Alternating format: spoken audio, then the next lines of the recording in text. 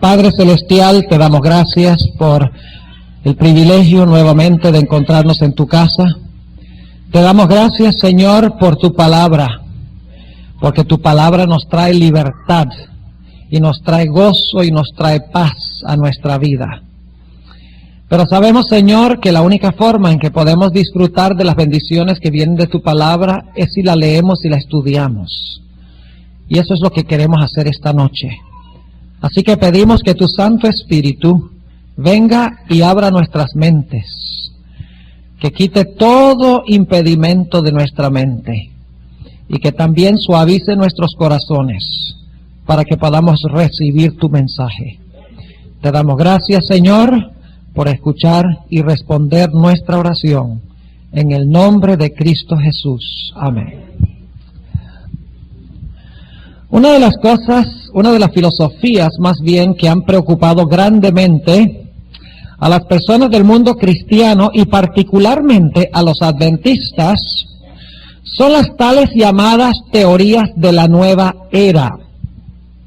Se han escrito una multiplicidad de libros sobre la nueva era, tanto libros de personas que sostienen esas filosofías, como también muchos libros de parte de personas que no están de acuerdo con esas filosofías y las atacan con ahínco.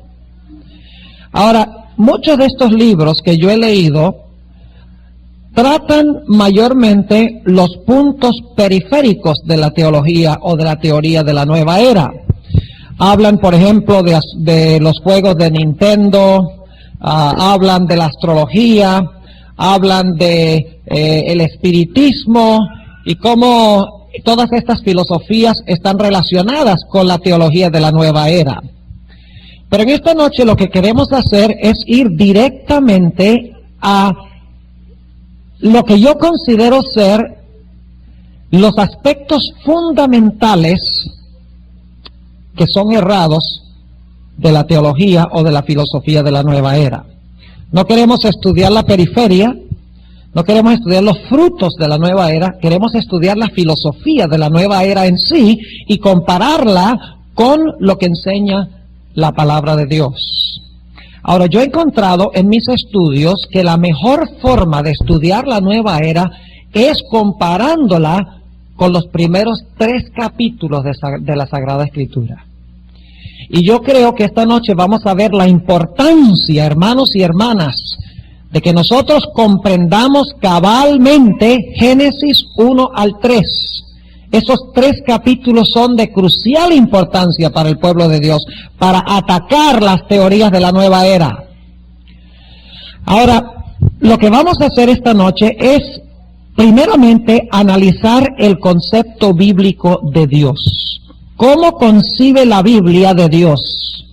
Y entonces vamos a comparar eso con el concepto que tiene la nueva era de Dios. Y entonces vamos a comparar los dos a la luz de la Sagrada Escritura y vamos a ver que las teologías o las filosofías de la nueva era son muy peligrosas y últimamente estas teorías destruyen todo el cristianismo. Destruyen la Biblia en su totalidad cuando son llevadas a su fin lógico. Ahora vamos entonces a estudiar el concepto bíblico de Dios. Y muchas de las cosas que vamos a decir, indudablemente ustedes la han oído muchas veces. Pero quiero que presten atención especialmente a la forma en que hilamos el tema, la forma como conectamos las diferentes partes del tema, porque vamos a llevar un orden lógico. Vamos a construir como un edificio, vamos a poner el fundamento, luego vamos a sobreedificar hasta que tengamos completo el concepto bíblico de Dios. Y luego entonces vamos a comparar eso con el edificio de la nueva era, para ver cuál de los dos edificios puede permanecer en medio del terremoto tremendo que viene a este mundo. Y no estoy hablando de un terremoto literal, estoy hablando de un terremoto que se llama en la Biblia el tiempo de angustia de Jacob. Ahora, lo primero que nosotros queremos notar en el concepto bíblico es que Dios es una persona. Por eso los cristianos enseñamos que Dios es un ser personal. Ahora, ¿qué queremos decir cuando declaramos que Dios es una persona? Sencillamente significa que es un individuo. Dios tiene individualidad.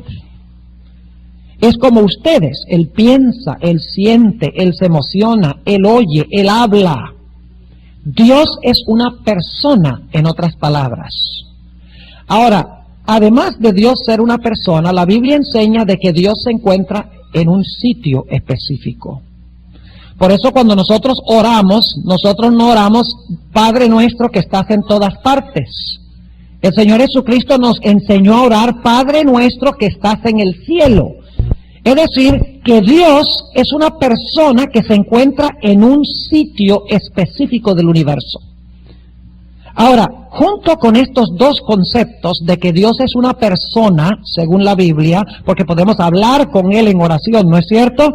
Y nosotros podemos escucharle a Él hablarnos a nosotros. Y nosotros sabemos que Dios siente cuando nosotros sufrimos. Dios siente, según dice la Biblia. Dios se compadece. Es decir, que Dios es una persona, pero además de ser una persona, habita en un lugar específico. Pero además de habitar en un lugar específico, tenemos una repercusión adicional a este concepto bíblico de Dios. Y es que Dios, en determinado momento de la historia pasada, creó el universo. Ahora ustedes dicen, bueno, yo ya sabía eso. Pero el punto que yo quiero recalcar, hermanos y hermanas, es que en determinado momento de la historia pasada, no sabemos hace cuánto tiempo, Dios decidió crear el universo. Ahora escuchen bien, porque es importante esto. El universo no es eterno. El universo no es Dios. El universo fue creado por Dios. Ahora vamos a notar eso en la Biblia, porque ustedes dirán, bueno, lo que estamos estudiando ya lo sabíamos, ya lo concebimos, pero siguen lo que estamos analizando y se van a dar cuenta para dónde vamos. Y lo vamos a comparar con las teorías de la nueva era y vamos a encontrar cuán peligrosa en realidad es la nueva era. Noten lo que dice Génesis 1 y el versículo 1. Declara, en el principio creó Dios los cielos y la tierra. Qué declaración tan tremenda para comenzar la Biblia. En el principio creó Dios los cielos y la tierra. Ahora vamos a preguntarnos, ¿quién fue este creador? Nosotros los cristianos creemos en un Dios trino, ¿cierto? El Padre, el Hijo y el Espíritu Santo. Ahora hay iglesias que no creen eso, pero lo enseña la Biblia. El Padre, el Hijo y el Espíritu Santo. Ahora surge la pregunta, ¿cuál de las tres personas de la Trinidad específicamente ejecutó el plan en forma activa y directa de la creación? La Biblia lo dice claramente, que fue el Señor Jesucristo. Busquen conmigo el Evangelio según San Juan. Y hermanos y hermanas, van a encontrar que esto es un detalle muy importante, decir que Cristo fue el creador. Ahora, no significa que Cristo actuó independientemente del Padre y del Espíritu Santo. Los tres planificaron la creación. Los tres estuvieron involucrados. Pero el que en realidad habló y las cosas existieron, el que en realidad creó al hombre fue ¿quién? Fue Cristo. Ahora, noten lo que dice el Evangelio según San Juan, el capítulo 1 y el versículo 1. San Juan, el capítulo 1 y el versículo 1. Y vamos a leer hasta el versículo 3. Y ustedes conocen muy bien este pasaje. Dice lo siguiente. En el principio era el verbo. Ahora escuchen bien. Tenemos que reflexionar cuando estudiamos la Biblia, no solamente leer. A veces lo que hacemos es leer y no pensamos en lo que estamos leyendo. Noten lo que dice, en el principio era el verbo. ¿Tiene eso alguna conexión con Génesis 1.1? Claro que sí. ¿Qué dice en Génesis 1.1? En el principio creó Dios los cielos y la tierra. Creó y llegaron a existir los cielos y la tierra. Pero en Juan 1.1 dice que en ese principio ya el verbo era. ¿Lo captaron? En el principio era el verbo. Es decir, que el verbo preexistió a la creación. ¿Lo están entendiendo? El verbo existió antes de la creación, porque Génesis 1.1 dice, en el principio creó Dios los cielos y la tierra. Pero Juan 1.1 dice, en el principio era el verbo. Es decir, que el verbo no se originó en el principio. En el principio el verbo ya existía. Antes de que se creara cualquier cosa en el universo, Cristo existía. Ahora, noten lo que sigue diciendo. En el principio era el verbo, y el verbo era con Dios, y el verbo era ¿qué? Dios. Ahora, recuerden Génesis 1:1, dice, en el principio creó Dios. Aquí dice, en el principio el verbo, quien es Dios, hizo ¿qué cosa? Versículo 3. Algunas de las cosas por él fueron hechas. Ah, muy bien, están aprendiendo. Magnífico, me gusta esa respuesta. Dice, todas las cosas por él fueron hechas. ¿Por quién fueron hechas? Por el verbo, ¿no es cierto? Dice, todas las cosas por él fueron hechas. Y luego repite, por si acaso, y sin él, nada de lo que es hecho, fue hecho. Es decir, que Juan 1:1 identifica al Creador. En Génesis 1:1 dice, en el principio creó Dios los cielos y la tierra. En Juan 1:1 dice, en el principio era el verbo era Dios, y él creó el cielo y la tierra. ¿Ven la conexión entre estos dos pasajes? Ahora, ¿cómo sabemos que ese verbo de Juan 1:1 al 3 es Jesucristo? Muy sencillo. Vamos al versículo 14, que estudiaremos un poquito más adelante. Dice, y aquel verbo fue hecho carne y habitó entre nosotros. Entonces, ¿quién es ese verbo que era en el principio, que es Dios y que creó todas las cosas? Es Cristo Jesús. Cristo fue el creador. Ahora, ese es un dato muy importante, veremos. Ahora entonces, si Dios es una persona que habita en un lugar que se llama cielo, que en determinado momento decidió crear el universo, es decir, el universo tuvo un origen, eso significa entonces que Dios trasciende su creación. ¿Sabe lo que significa? Es una palabra grande, que Dios trasciende a su creación. ¿Qué significa eso? Significa que Dios está separado de su creación. Dios está aquí y su creación está allí. Dios está por encima de su creación, es distinto que su creación, está separado de la creación. No podemos decir que Dios y la creación son la misma cosa, porque la creación es el producto de Dios, la creación no es Dios. Ahora vamos un paso más allá. Si el universo tuvo origen, entonces yo pregunto, ¿tuvo la vida en el universo origen, fuera de la vida de Dios? ¿Tuvo la vida un comienzo? ¿O es que la vida ha existido para siempre? No. Vamos a notar otra vez en Génesis el capítulo 1. Este es un detalle muy importante. Si Dios es trascendente y si Dios creó todas las cosas, le dio vida a todas las cosas en determinado momento, esas cosas no tenían vida antes. Es decir, la vida de todo lo que Dios creó se originó cuando Él creó esas cosas, o esas personas, o esos animales, o esas plantas. Antes de eso, esas cosas no tenían vida. Es decir, que la fuente de la vida de la creación se derivó ¿en quién? En Dios. Es decir, que la vida que tiene el hombre, la vida que tienen los animales, la vida que tienen las plantas, viene ¿de quién? De Dios. Entonces yo pregunto, ¿las plantas tienen vida propia? ¿Los animales tienen vida propia, no prestada, no derivada? No. ¿Los seres humanos tienen vida propia, no prestada, no derivada? No. Según la Biblia, la vida en el universo y específicamente en este planeta es derivada de Dios. No es propia de las cosas que Él creó.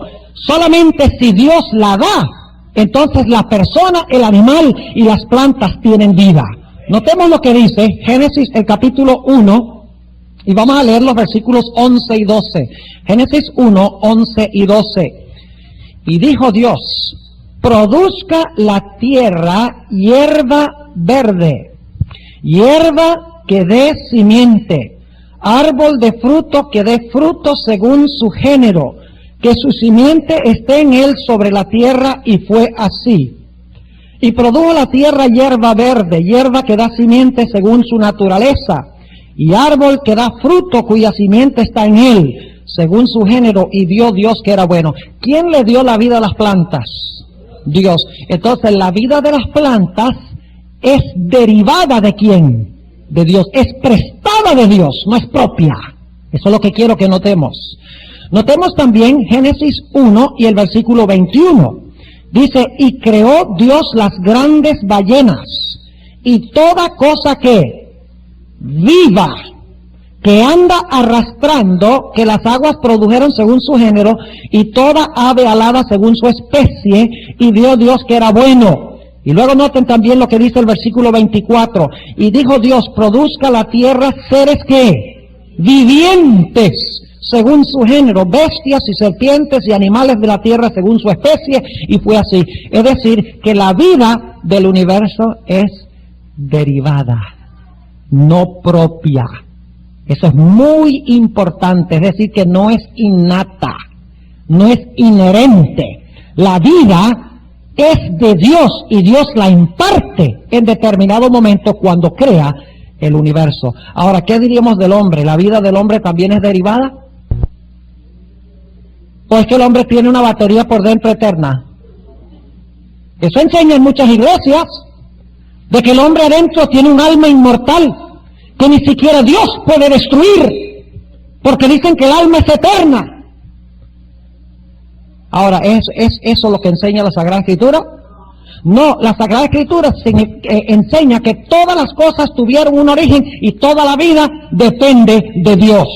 Noten lo que dice Génesis el capítulo 2 y el versículo 7, un versículo que estudiamos en la clase de escuela sabática que enseñé el sábado pasado.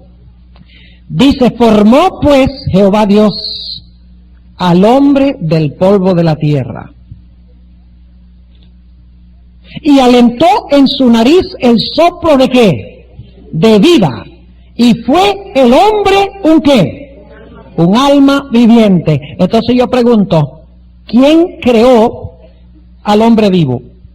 ¿Quién creó a la persona? ¿Quién creó el alma viviente? Fue Dios. Entonces, ¿de dónde viene la vida del hombre? ¿De adentro del hombre o de afuera de Dios? De afuera de Dios. Ahora, escuchen bien lo que voy a decir. En el huerto Dios puso un árbol que se llama el árbol de la vida. ¿Cierto? ¿Qué tenía que hacer el hombre para seguir viviendo? No comer del árbol de la ciencia del bien y del mal, pero también tenía que hacer ¿qué cosa? Tenía que comer del árbol de la vida. Ahora, aquí viene la pregunta. Si el hombre tenía vida inmortal dentro de sí mismo, ¿por qué tenía que comer de un árbol para seguir viviendo?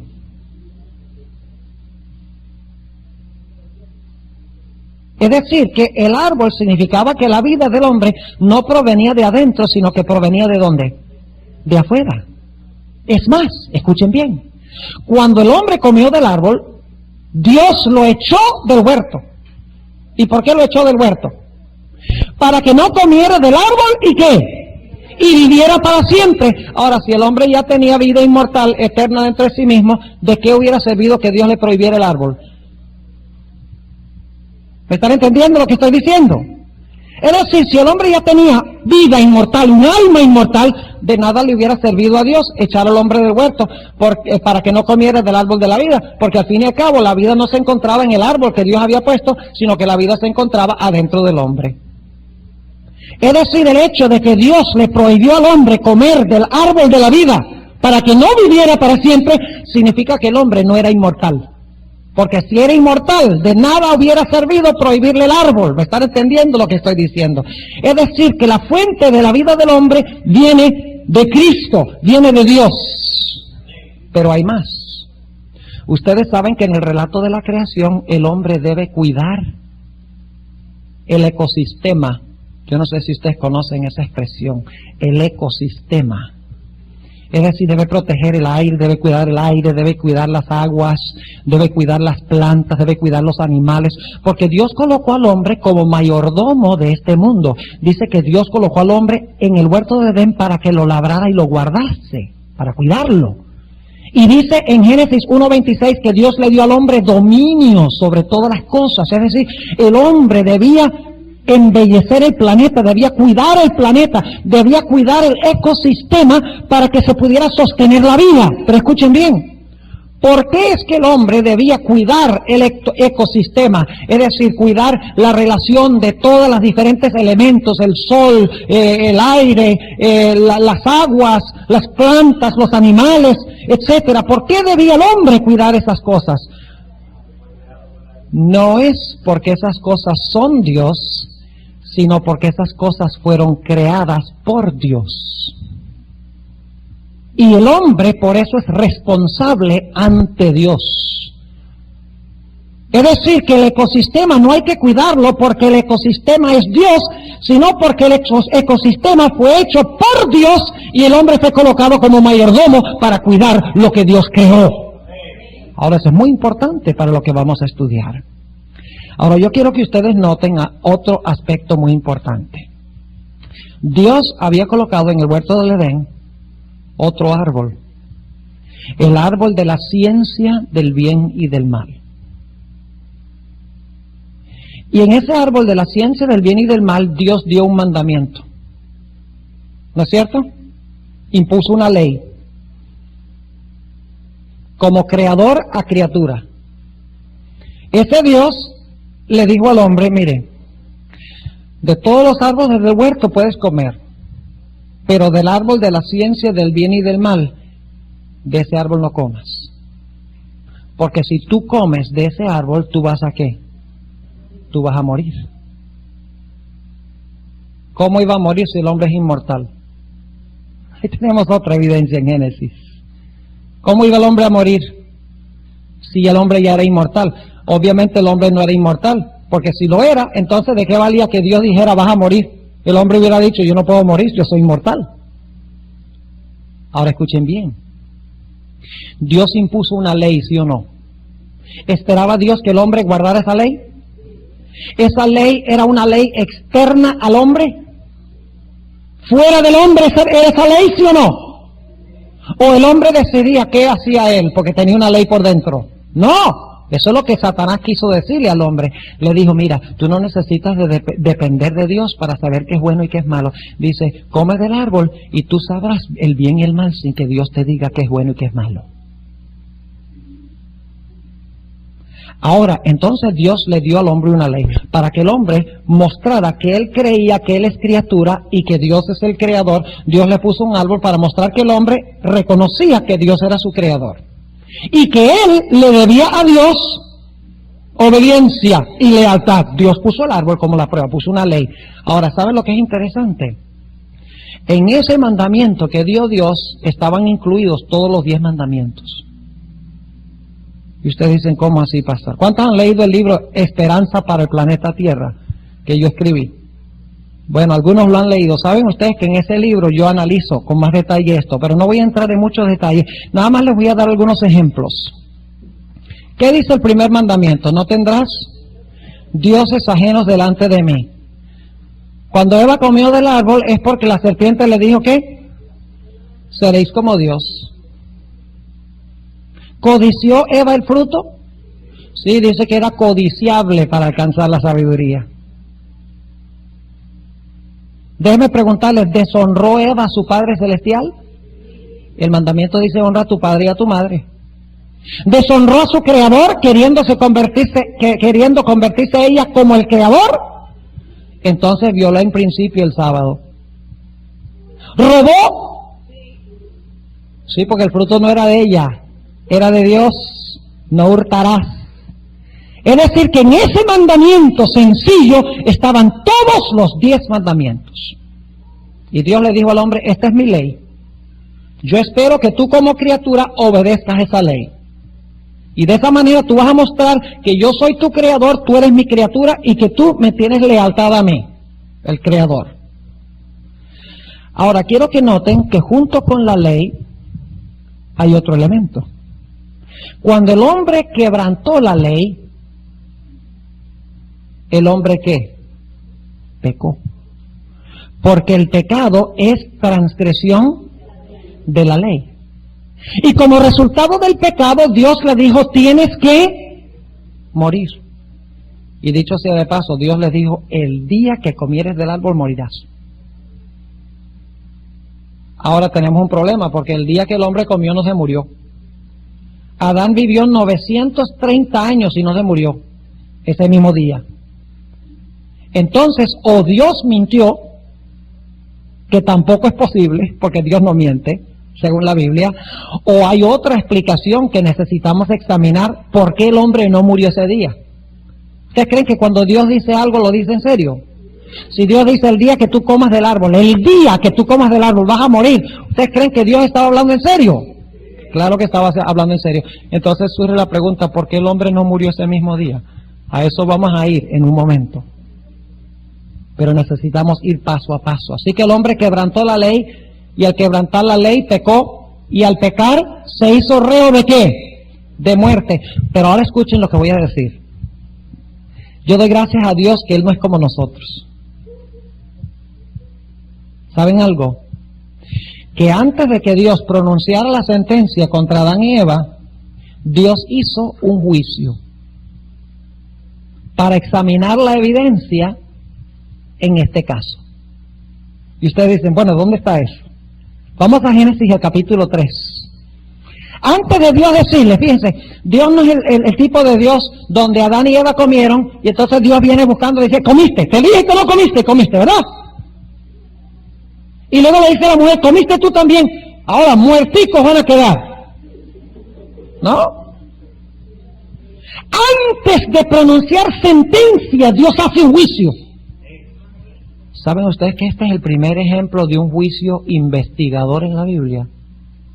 Y hay mucha gente por ahí diciendo que el juicio investigador no es una doctrina bíblica. Y aquí tenemos el primer juicio investigador. Es más, todas las enseñanzas de la Iglesia Adventista se encuentran en Génesis 1 al 3. Les desafío para que ustedes escudriñen esos 3 capítulos para encontrar todas las doctrinas de la Iglesia Adventista: el juicio investigador, el sábado, la reforma por salud, el estado de los muertos, el milenio. Todo está allí en Génesis 1 al 3. Y ha contenido allí desde el mismo comienzo. Por ejemplo, algunos dicen, el sábado era para los judíos. ¿Y acaso Adán era judío? El sábado era sombra de la muerte de Cristo. Cuando murió, se deshizo el sábado. El único problema es que cuando Dios hizo el sábado no había pecador y no se necesitaba cruz. Es decir, el sábado es parte del plan original de Dios. Y antes de terminar esta noche vamos a hablar un poquito del sábado, porque es una doctrina muy importante relacionada con lo que estamos estudiando. Noten lo que dice Génesis, el capítulo 3 y el versículo 7, hablando del juicio. Cuando ellos pecan, ahora se va a hacer un juicio. Dios convoca un juicio y va a examinar la evidencia del caso para ver si ellos han comido, entonces Él va a pronunciar ¿qué cosa? Sentencia. Ahora, noten lo que dice el versículo 7. Y fueron abiertos los ojos de entrambos, es decir, de ambos, de los dos, y conocieron que estaban, ¿qué? Desnudos. ¿Qué significa estar vestidos del manto blanco de Cristo? ¿Qué significa? Significa tener la justicia de Cristo. ¿Qué significa entonces estar desnudos? Significa no tener la justicia de Cristo. Y si usted no tiene la justicia de Cristo, está perdido, condenado a muerte. En el juicio, Dios nos viste de vestiduras blancas. Ahora, a eso vamos a llegar en unos momentos. Noten lo que dice, otra vez el versículo 7. Dice, y fueron abiertos los ojos de entrambos y conocieron que estaban desnudos. Entonces cosieron, ¿qué hicieron para tapar su desnudez? Entonces cosieron hojas de higuera y se hicieron delantales. Y dijeron, nosotros ahora vamos a aparecer ante Dios con estas hojas de higuera. Indudablemente se veían bien ridículos, con estas hojas de higuera tapándoles todo el cuerpo. Y entonces ellos dicen, ahora vamos a comparecer ante Dios y no vamos a estar desnudos. Pero la Biblia dice que nuestras propias vestiduras son como trapos de inmundicia. Y entonces noten el versículo 8, y oyeron la voz de Jehová, Dios que se paseaba en el huerto al aire del día. Y fíjese que aunque se habían tapado con las hojas de higuera, dice, escondióse el hombre y su mujer de la presencia de Jehová Dios entre los árboles del huerto. ¿Por qué se escondieron? No solamente porque tenían desnudez física, sino porque tenían desnudez en su alma, porque habían pecado, tenían sentido de culpabilidad, porque habían quebrantado ¿qué? La ley. Déjame preguntarles, ¿la doctrina bíblica de la ley se encuentra en Génesis? ¿La doctrina bíblica del pecado se encuentra en Génesis? ¿La doctrina bíblica de la creación se encuentra en Génesis? ¿La doctrina bíblica del juicio se encuentra en Génesis? Todo está ahí. No tienen que ir a Romanos primero, vayan a Génesis primero, entonces van a entender Romanos. El problema es que la mayoría de los cristianos van a Romanos y leen lo que dice Pablo, y entonces dicen, ve, no estamos bajo la ley, sino bajo la gracia. ¡Aleluya! ¿Pero qué significa eso? Bueno, en un momento vamos a ver que Génesis explica qué significa eso. Ahora noten lo que sigue diciendo. Entonces, dice que escondióse el hombre y su mujer de la presencia de Jehová Dios entre los árboles del huerto. ¿Qué pasa? ¿Saben ellos que son culpables? ¿Tienen miedo de aparecer ante el gran tribunal supremo? Claro, porque han quebrantado ¿qué? Han quebrantado la ley. Y ahora fíjense el versículo 9. Y llamó Jehová Dios al hombre y le dijo, ¿dónde estás tú? Ah, Dios no sabía dónde estaba. Dios no sabía dónde estaba. ¿Cuánto sabe Dios? Entonces, ¿por qué le preguntó eso? Escuchen bien, porque en el juicio no se hace para que Dios sepa. El juicio se hace para que el hombre admita su culpa. El juicio no es para bien de Dios. El juicio es para bien del universo. Para que se revele claramente que las decisiones que hace Dios en el juicio se basan sobre información cierta. Es decir, se examina la evidencia para que todos concuerden que Dios fue justo en el juicio. Déjenme explicarles lo que quiero decir. Supongamos que un individuo comete supuestamente un crimen, y lo traen ante el tribunal, y el juez sentado allí con el criminal enfrente dice, te condeno a la silla eléctrica. Y entonces dice el criminal, el supuesto criminal dice, un momentico, ¿cómo que a la silla eléctrica? ¿Acaso no se va a hacer un juicio? Y el juez dice, no necesitamos hacer un juicio, yo sé todas las cosas. ¿Qué pensarían ustedes de un juez así? ¿Ustedes creen que mucha gente tendría dudas y preguntas en cuanto a ese juez? ¿Quién sabe si es culpable? Sin examinar la evidencia para que se dé un veredicto justo basado en la evidencia, estamos en problemas. Algunos piensan que Dios sencillamente no va a examinar la evidencia, sino que va a dictar sentencia y listo, y se acabó. Pero Dios no. Dios tiene un jurado que va a examinar toda la evidencia para que todos admitan que Él ha sido correcto en su forma de pronunciar la sentencia. Ahora noten lo que sigue diciendo. Entonces, ¿dónde estás tú?, le dice Dios. Versículo 10. Y él respondió, oí tu voz en el huerto y tuve miedo porque estaba desnudo y escondíme. Y díjole, ¿quién te enseñó que estabas desnudo? ¿Has comido del árbol de que yo te mandé no comieses? Ah, Dios no sabía, estaba preguntándole porque no sabía. ¿Has comido del árbol? Dios dice, bueno, vamos a averiguar si comió del árbol. Yo no sé, vamos a ver. ¿Sabía Dios que había comido del árbol? Claro que sí. ¿Qué está haciendo Dios? Está examinando la evidencia. ¿Con qué propósito? Con el propósito de que el hombre ante el Tribunal Supremo admita que él es culpable. Y todos reconozcan que él es culpable. Ahora, noten lo que dice Adán. Adán confiesa que él comió del árbol en este juicio investigador, ¿sí o no? ¿Lo confiesa? Claro que sí. Dice en el versículo 12, y el hombre respondió, la mujer que me diste por compañera me dio del árbol y yo comí. Cuando Dios la hizo estaba contento. Pero ahora que ella entonces, y dicho sea de paso, el pecado de Adán fue peor que el de Eva. Y las mujeres dicen, ajá.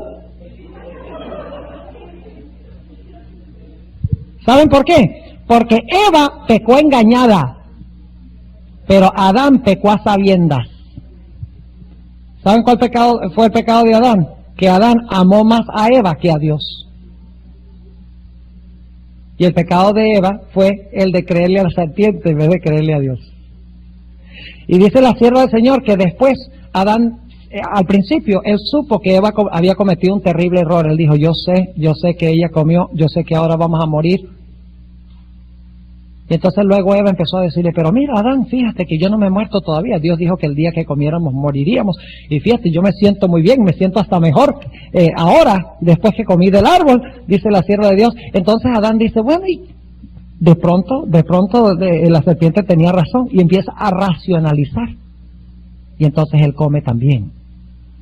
Ahora, Dios se va a encontrar con la mujer. Versículo 13. Entonces Jehová Dios dijo a la mujer, ¿qué es lo que has hecho? A Dios no sabía lo que había hecho. Fíjense, ¿qué está haciendo Dios aquí, hermanos y hermanas? ¿Qué está haciendo Dios? Está investigando el caso. Está haciendo un juicio investigador. ¿Ha pronunciado sentencia todavía? No ha pronunciado sentencia. Sencillamente está investigando, está diciéndole al hombre, defiéndete. Y claro, ellos no tienen cómo defenderse, porque han pecado. Noten, entonces le dice, entonces Jehová Dios le dijo a la mujer, ¿qué es lo que has hecho? Y dijo la mujer, la serpiente. Y lo que está insinuando es la serpiente que tú hiciste.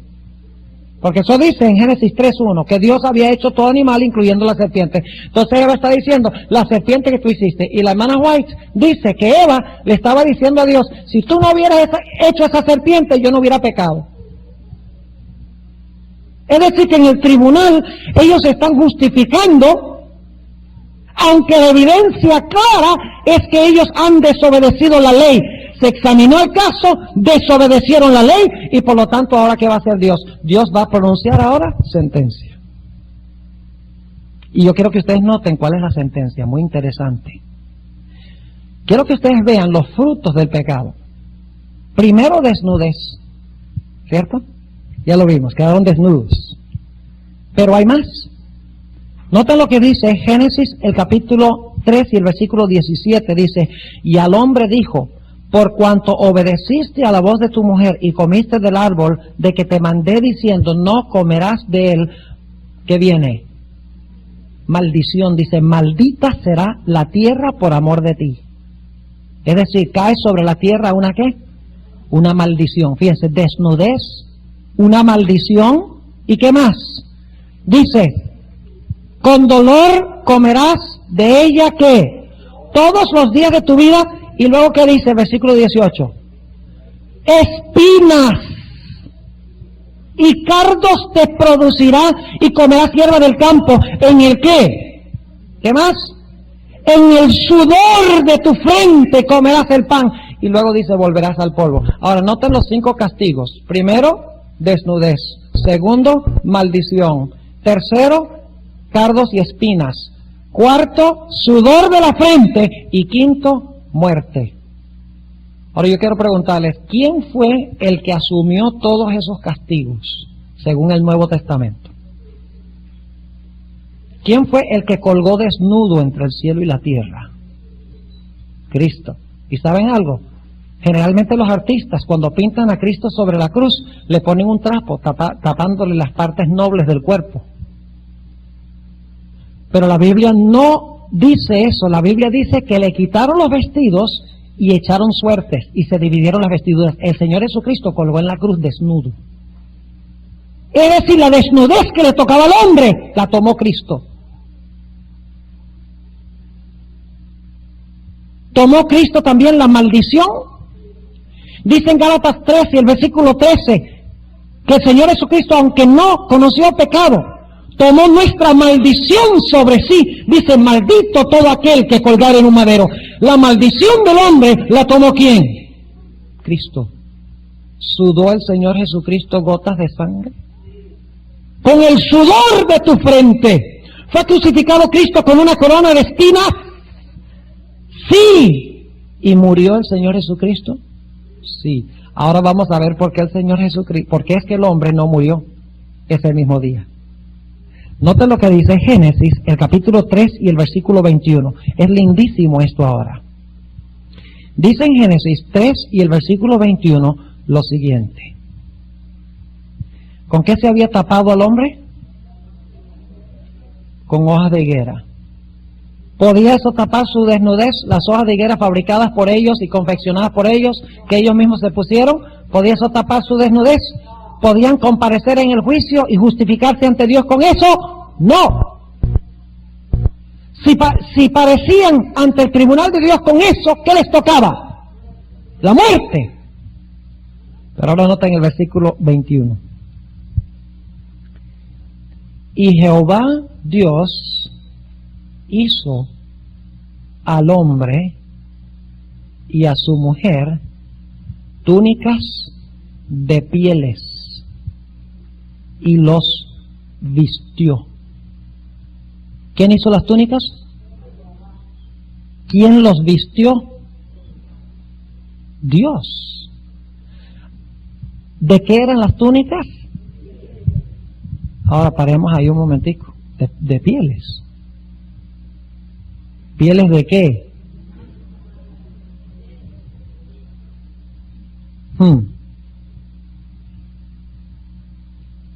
Me supongo que sería piel de poliéster. Piel sintética. No. Era piel de un animal. Pero ¿qué tiene que suceder para conseguir la piel de un animal? Ustedes lo saben bien, para conseguir la piel de un animal, el animal tiene que ¿qué? El animal tiene que morir. ¿Qué está diciendo Dios aquí? Escuchen. ¿Quién debía morir? El hombre. Pero ¿qué dijo Dios desde el mismo comienzo? Dijo, no va a morir el hombre para cubrir su desnudez. Va a morir el Cordero de Dios que quita el pecado del mundo, y con su justicia Él va a vestir a los seres humanos. Es decir, el mismo día que Adán y Eva pecaron, ese día Cristo se interpuso entre el hombre y Dios. Y dijo, yo creé al hombre. Y por lo tanto yo soy responsable por el hombre. Y yo me coloco delante de ti, Padre, y ofrezco mi vida para pagar por los pecados de la raza humana. ¡Qué tremendo! Ahora podemos saber por qué el hombre no murió ese mismo día. Por la sencilla razón de que ese mismo día el Señor Jesucristo se presentó como sustituto.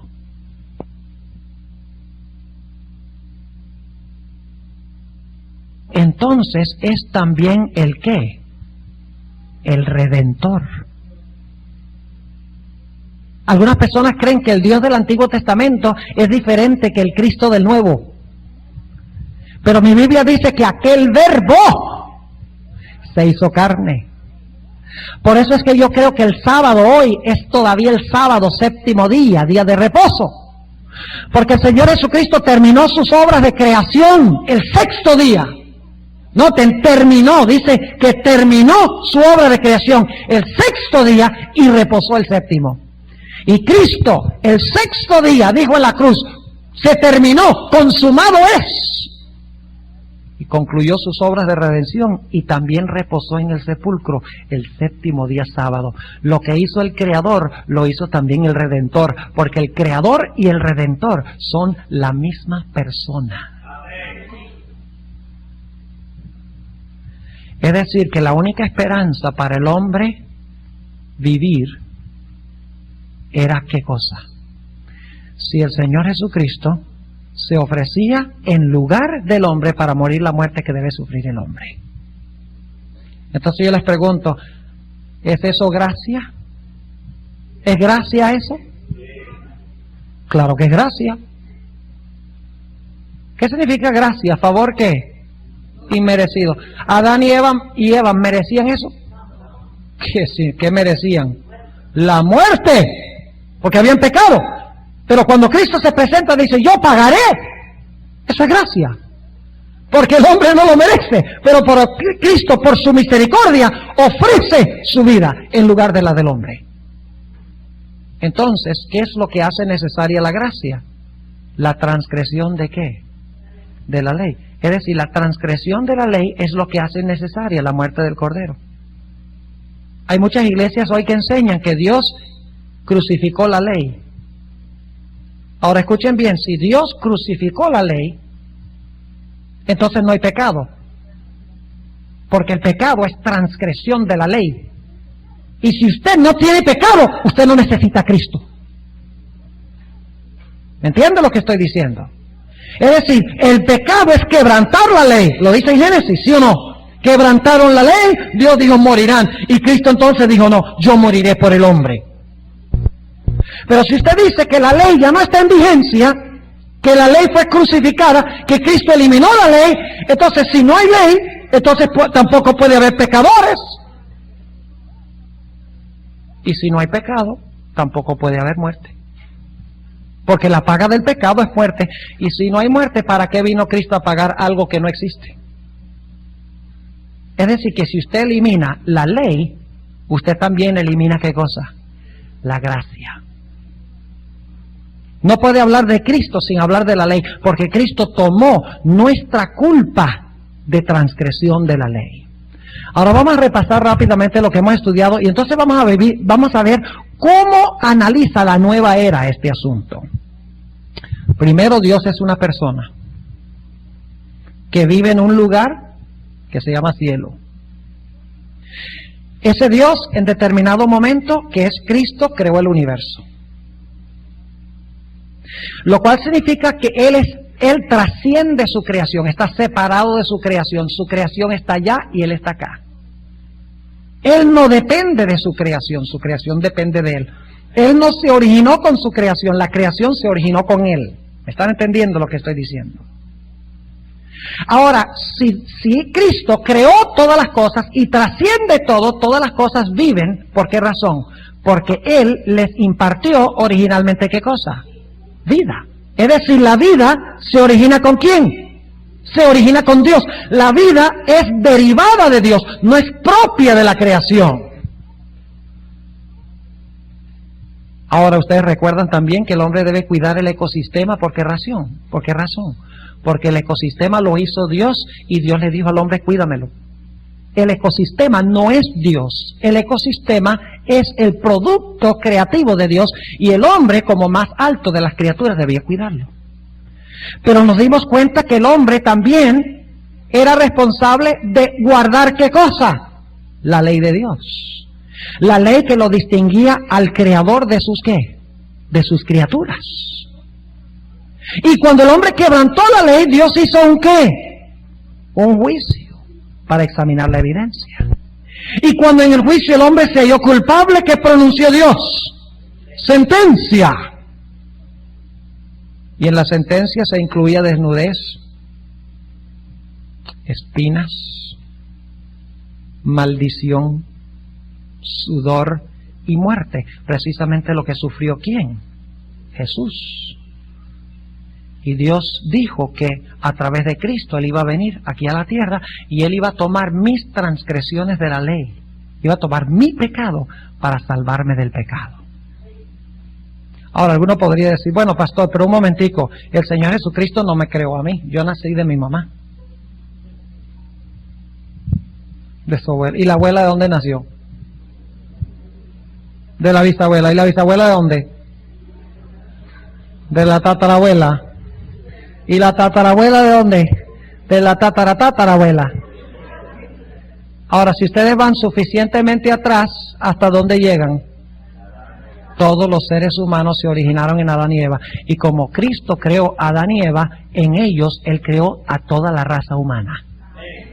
Y escuchen bien, esa es la razón por la cual el único que podía pagar por los pecados de toda la raza humana era Cristo, porque Cristo creó a toda la raza humana. Solo el que creó a todos podía sufrir en lugar de todos. ¿Me entienden? Ahora vamos a hablar de la teología de la nueva era. Para la teología, o mejor la filosofía de la nueva era, Dios no es una persona que habita en un lugar. Para la nueva era, Dios es una energía cósmica. Es una energía universal que permea todas las cosas. Es decir, que está en todas las cosas. Es una energía impersonal. No siente ni piensa. Es una energía que se encuentra en todo lo que existe en el universo. Eso es lo que ellos llaman Dios. Es decir, que Dios no es un Dios personal a quien usted le puede hablar y Él le habla a usted. No es un ser personal que se compadece, que siente, que piensa. No, es una energía que permea todo el universo. Y por lo tanto, no se puede decir que Dios esté en un lugar en el cielo. Usted no puede orar, Padre nuestro que estás en el cielo, porque la energía cósmica permea todas las cosas. Así que todas las cosas están permeadas de Dios. Es una filosofía que se conoce como panteísmo. ¿Han oído hablar del panteísmo? Todas las filosofías de la nueva era son panteístas. El panteísmo viene de dos palabras griegas que son pan, todo, y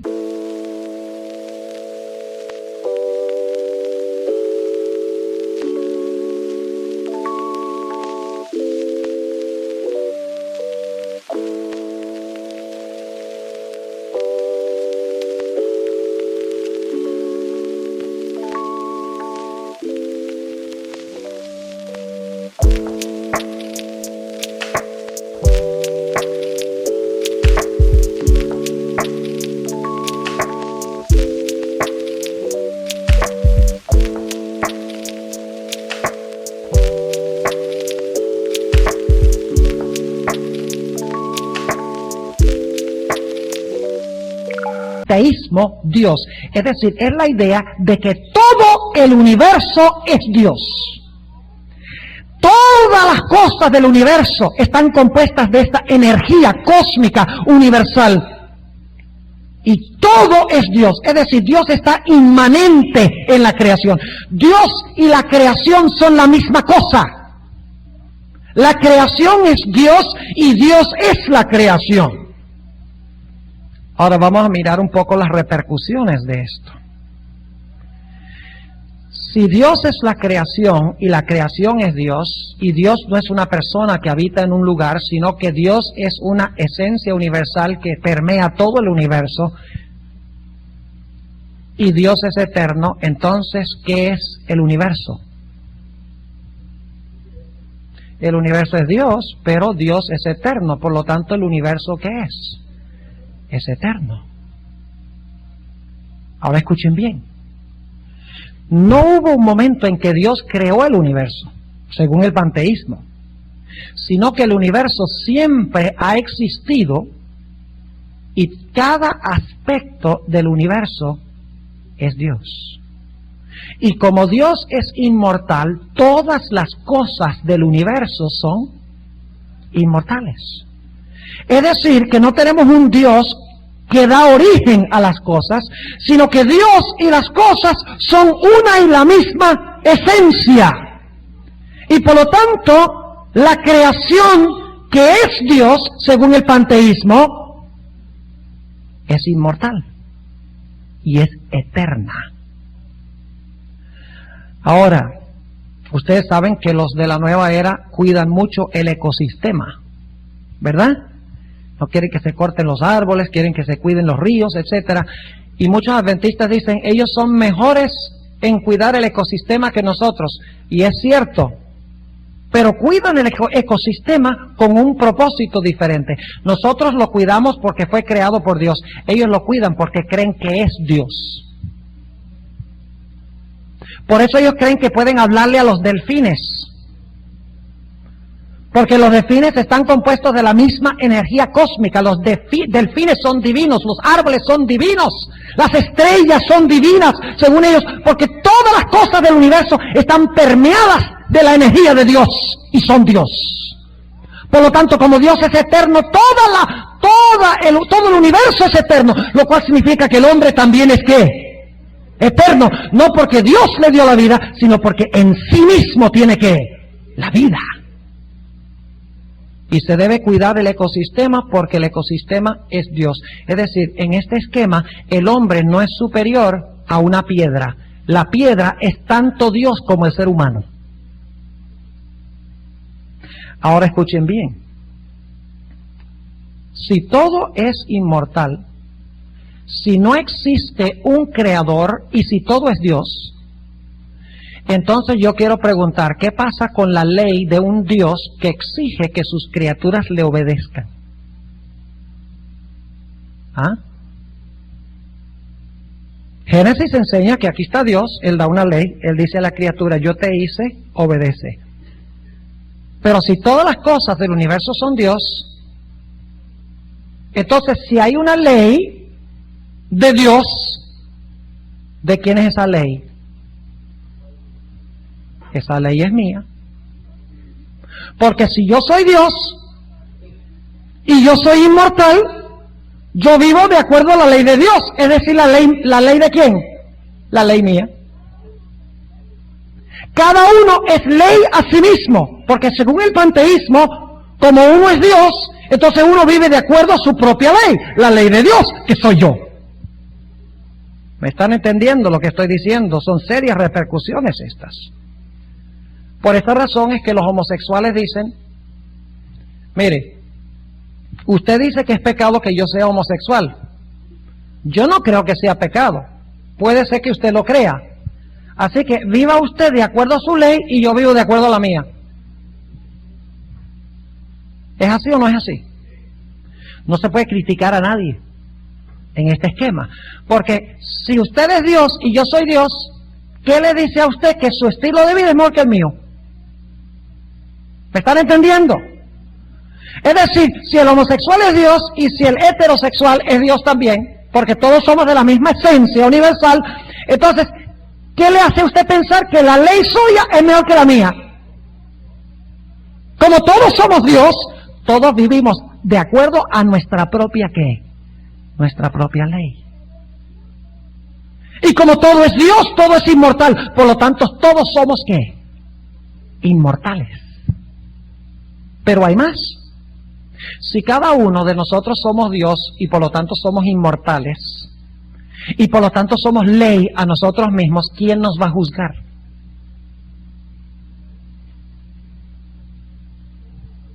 Usted mismo. Porque Dios es el que juzga, y si usted es ley a sí mismo, ¿quién lo va a juzgar a usted? Pues Dios. Pero como yo soy Dios, ¿quién me va a juzgar? Yo mismo. ¿Me están entendiendo lo que estoy diciendo? La sierva de Dios dice que el espiritismo, y ella llama al espiritismo lo que hoy se llama la nueva era, dice el espiritismo hace del hombre un Dios y hace del hombre su propia ley y enseña que el hombre ha de juzgarse a sí mismo porque él es Dios y como Dios es el que juzga, él se va a juzgar a sí mismo. Ahora hay más. Si todo lo que existe en el universo es Dios y es inmortal, entonces, ¿puede haber muerte? ¿Ah? ¿Puede haber muerte? No, no puede haber muerte. Y ustedes dicen, ¿por qué razón no puede haber muerte? Porque si todo el universo es Dios y Dios es eterno, entonces si yo soy parte de Dios, yo soy también, ¿qué? Eterno. Ahora, si yo soy eterno y no hay tal cosa como la muerte, ¿para qué vino Cristo? A redimirme de la muerte. ¿Entiende lo que estoy diciendo? ¿Para qué iba a venir Cristo a redimirme de lo que no existe?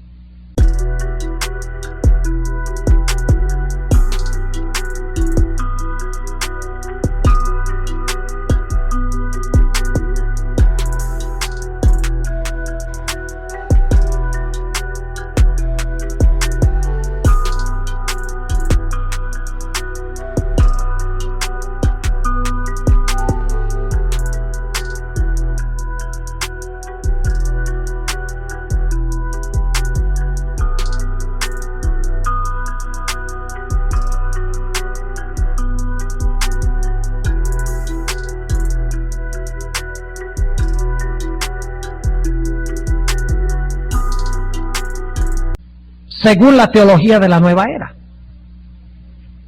Además de eso, si yo soy Dios y yo soy ley a mí mismo y yo soy eterno y yo me voy a juzgar yo mismo, entonces no puede existir tal concepto como el pecado. Si existe el pecado, es Dios el que peca. ¿Me están entendiendo bien lo que estoy diciendo? Porque si yo soy Dios y cometo malas acciones, ¿quién es el que está cometiendo las malas acciones? es Dios. Es decir, que esta filosofía le atribuye el pecado a Dios.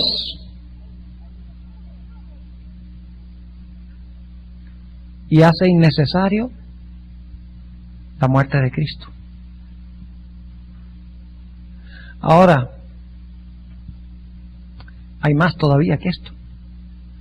Nosotros los cristianos creemos que debemos orar, Padre nuestro que estás en el cielo.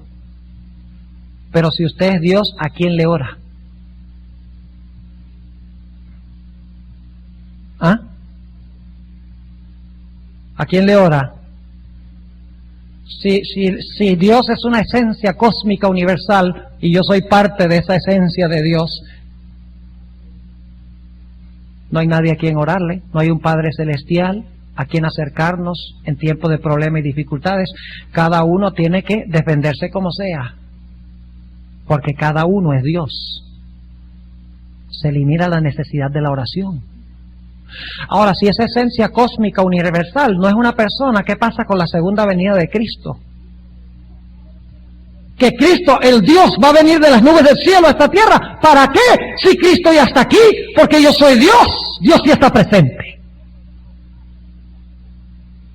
Son serias las repercusiones de esta filosofía. Hermanos y hermanas, esta filosofía de la nueva era destruye completa y totalmente el cristianismo. Pero ¿saben lo que es más triste? Que la mayoría de las iglesias ya dejaron que las teologías de la nueva era les penetraran. Y ustedes dicen, ¿por qué razón? Bueno, ustedes notan que la teología de la nueva era enseña de que no hay tal cosa como una ley fuera del hombre que el hombre tiene que obedecer. ¿Qué enseña la mayoría de las iglesias? La ley fue clavada en la cruz. La nueva era enseña que el hombre es inmortal. ¿Qué enseñan las iglesias en cuanto al hombre? Que el hombre es inmortal. La mayoría de las iglesias rechazan la idea de un juicio investigador. ¿Por qué razón? Escuchen bien, porque si usted cree en la inmortalidad del alma, usted no puede creer en un juicio. ¿Por qué? Porque las iglesias enseñan que cuando una persona se muere, en el momento de la muerte, si fue bueno se va al cielo, si fue malo se fue para el infierno. Entonces, ¿para qué un juicio si ya cuando se murió fue juzgado? ¿Me están entendiendo? Por eso la idea de que en 1844 el Señor Jesucristo empezó un juicio en el santuario celestial para los cristianos es absurdo. Porque para la mayoría de las iglesias cristianas, una persona recibe su recompensa cuando muere, no cuando se convoca un juicio en el cielo. Así que las iglesias han rechazado la ley, han enseñado que el hombre es inmortal, han rechazado la idea del juicio investigador, y lo que no se dan cuenta es que si no hay tal cosa como la muerte, si el hombre es inmortal, entonces ¿para qué tuvo que morir Cristo? Si no hay ley, no soy pecador, ¿para qué necesito a Cristo? Últimamente, esta teología de las iglesias también elimina nuestra necesidad ¿de quién? Nuestra necesidad de Cristo. Ahora, yo quiero concluir en esta noche compartiendo con ustedes una doctrina que es crucial para la iglesia adventista. Hemos hablado de esta doctrina varias veces esta semana. Es la doctrina del sábado. Si usted quiere evitar caer en las redes de la nueva era, es muy importante que entienda la doctrina del sábado. ¿Por qué razón? Porque si hay una doctrina en la Biblia que enseña la distinción entre el Creador y sus criaturas, es el sábado. La razón por la cual Dios dio el sábado para que lo guardáramos cada séptimo día es para que nosotros recordemos que Él es nuestro Creador y nosotros somos criaturas. Que Él es la fuente de vida y nosotros tenemos vida solo en Él. Que Él tiene una ley que como Dios espera que sus criaturas obedezcan. El sábado, si se hubiera guardado, el hombre nunca aceptaría la teología de la nueva era, porque el sábado semanalmente nos enseña que el universo no es Dios, que Dios es una persona que está en el cielo, que espera que el hombre le obedezca como criatura. Y si no, que tendrá que responder por sus acciones ante el Tribunal Supremo. Y en el juicio se verá si aceptó o rechazó a Cristo, quien tomó nuestra muerte. Hermanos y hermanas, qué apropiado el mensaje del primer ángel.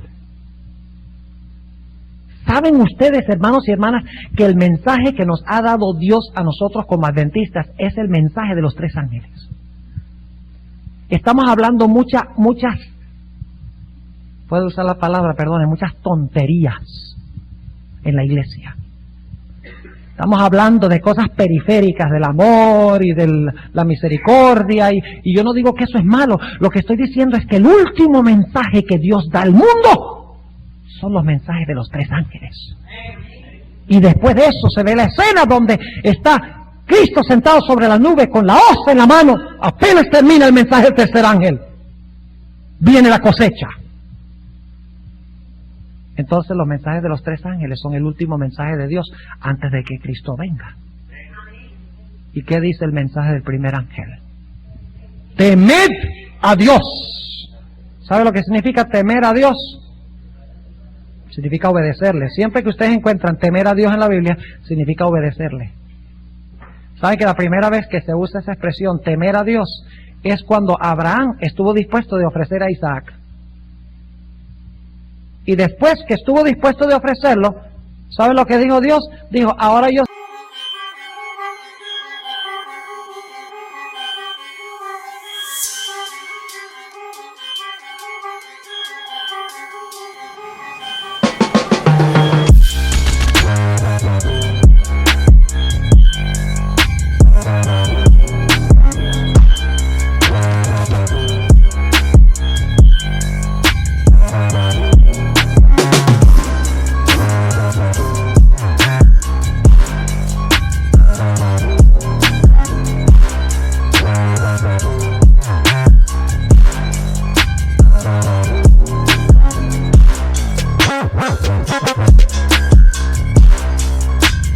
Sé que me temes,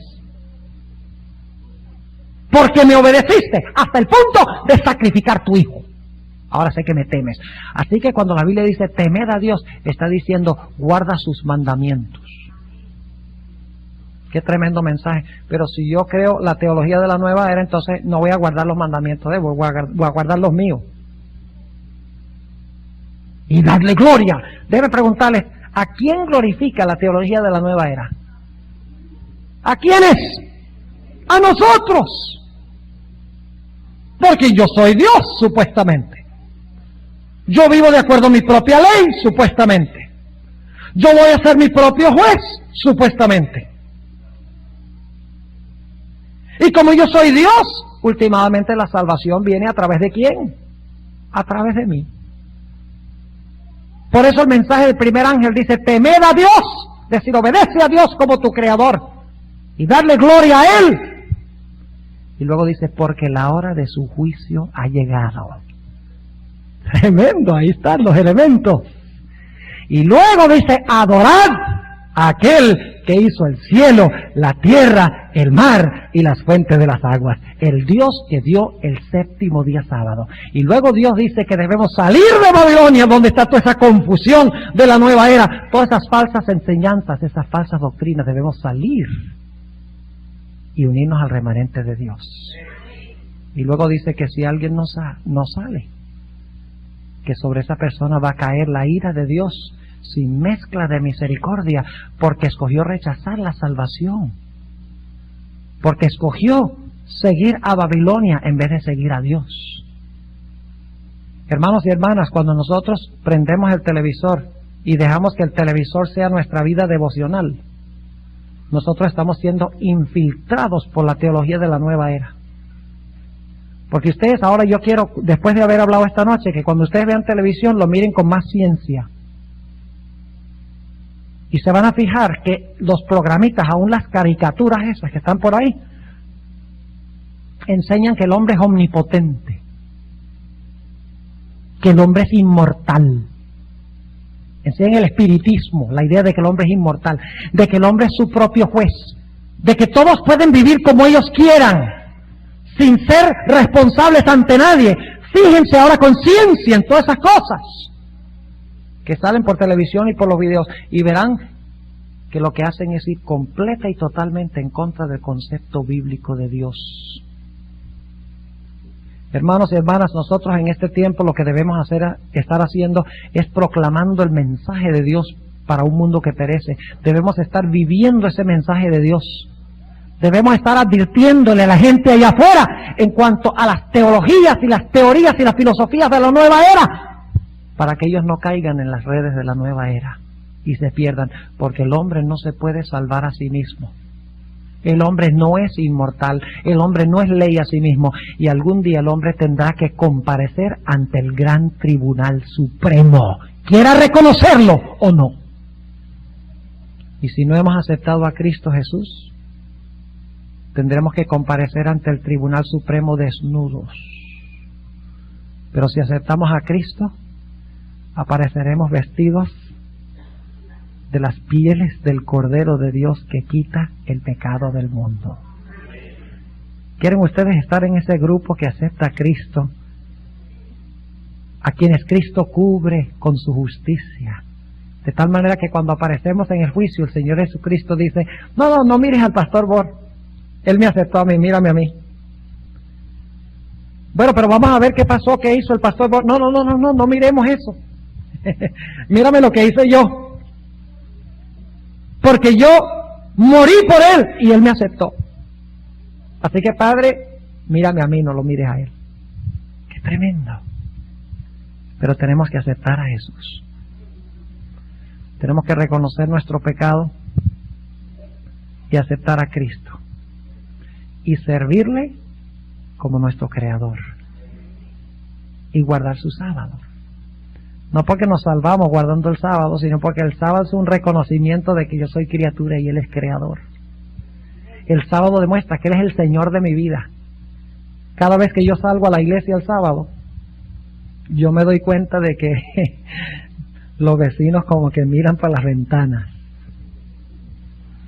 Y dicen: ¿a dónde va este a las 8:30 de la mañana el sábado en traje?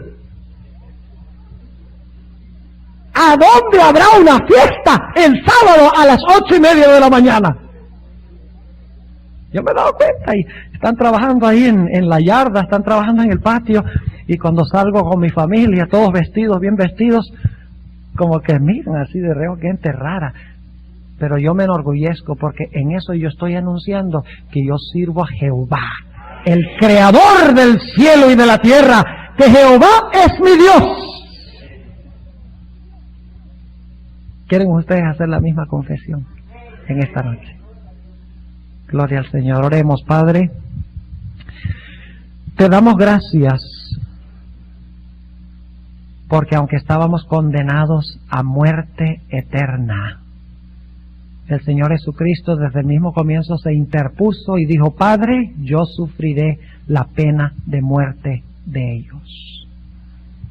Te damos gracias, Señor, por haber mandado a Cristo para tomar nuestra carga de culpa, nuestra muerte.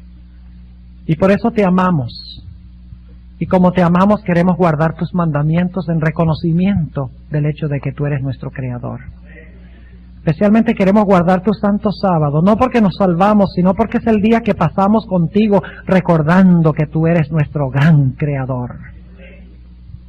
Te pido, Señor, que bendigas a todos los que están reunidos aquí en esta noche. Especialmente, Señor, a aquellas visitas que están en nuestro medio. Te ruego que estas verdades puedan penetrar profundamente en sus corazones y que puedan hacer su obra y que puedan hacer una entrega total y sin reservas a Jesús y obedecerle por amor a Él.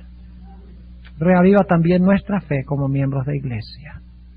Y te damos gracias por escuchar nuestra oración. En el nombre de Cristo Jesús. Amén.